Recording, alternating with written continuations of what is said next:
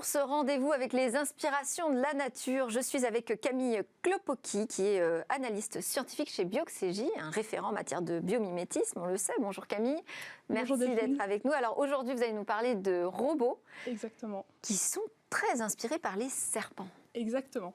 Donc aujourd'hui, je vais vous parler des robots inspirés des serpents, puisque dans 4 jours, donc ce vendredi 16 juillet, c'est la journée mondiale des serpents. Alors le serpent, c'est un animal qui est bien connu. Souvent à tort, c'est l'animal du mal. On pense que tous les serpents sont venimeux. Et donc c'est intéressant de mieux le comprendre pour essayer de savoir pourquoi est-ce que les chercheurs et les industriels s'en inspirent aujourd'hui. Alors déjà, le serpent, c'est un vertébré. Et plus précisément, c'est un reptile, puisque l'ensemble de son corps est recouvert d'écailles.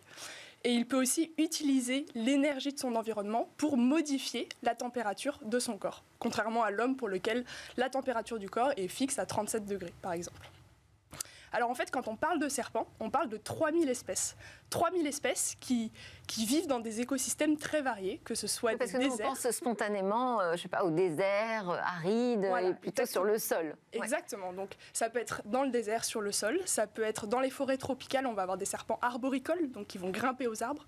On peut avoir aussi des serpents marins, donc qui vont nager. Finalement, beaucoup de serpents, des serpents de toute taille aussi, de la quinzaine de centimètres, donc de la taille d'une brosse à dents, à 8 mètres, donc 2 voitures alignées par exemple. Donc voilà, une grande diversité de serpents. Des serpents qui ne sont pas tous venimeux, moins de 10% des espèces de serpents sont venimeuses et seulement 2% sont mortelles pour l'homme. Donc voilà, une grande diversité de serpents et pourtant des serpents donc, qui vivent dans des écosystèmes très variés et qui vont pouvoir se déplacer sur des surfaces très variées, par exemple par leur inclinaison. Et donc c'est cette mobilité, la flexibilité de ce corps qui inspire de nombreux chercheurs et industriels aujourd'hui. Alors pourquoi est-ce qu'ils ont un corps aussi flexible ? C'est parce qu'ils ont de nombreuses vertèbres. Quelle que soit l'espèce, un serpent a 5 à 10 fois plus de vertèbres que l'homme qui a 33 vertèbres. Et donc en fait, les chercheurs vont réaliser des snakebots, donc des robots serpents, en plaçant plein de moteurs alignés pour avoir retrouvé cette flexibilité pour leurs robots. Ils vont aussi équiper leurs robots de nombreux capteurs. C'est un peu moins fin que le squelette du serpent, ce qu'on voit. Voilà, tout à fait. Alors donc là, c'est un exemple de robots en effet un peu moins fins. On peut avoir des robots beaucoup plus fins qui vont pouvoir s'infiltrer par exemple dans des moteurs d'avion. Ce sont des chercheurs anglo-saxons des universités de Nottingham et de Harvard qui ont réalisé par exemple un serpent qui va s'immiscer à l'intérieur d'un moteur d'avion pour venir le réparer, réparer des revêtements thermiques, venir faire des forages.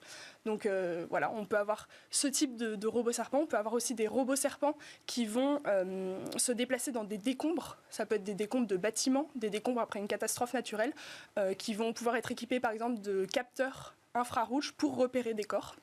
Donc un serpent gentil. Un serpent sauveteur, voilà. Pas avoir peur. Exactement. Finalement, pas mal de choses. On peut avoir des serpents aussi qui vont donc grimper aux arbres pour pouvoir repérer des parasites ou autres. Enfin, vraiment de nombreuses choses. Avec les snakebots, les serpents n'ont pas fini de nous surprendre et de nous inspirer. Merci beaucoup Camille Klopoki. Je rappelle que vous êtes analyste scientifique chez Bioxégie. Merci pour cette parenthèse d'inspiration avec la nature et les animaux. À suivre, c'est notre opération Tech contre Covid.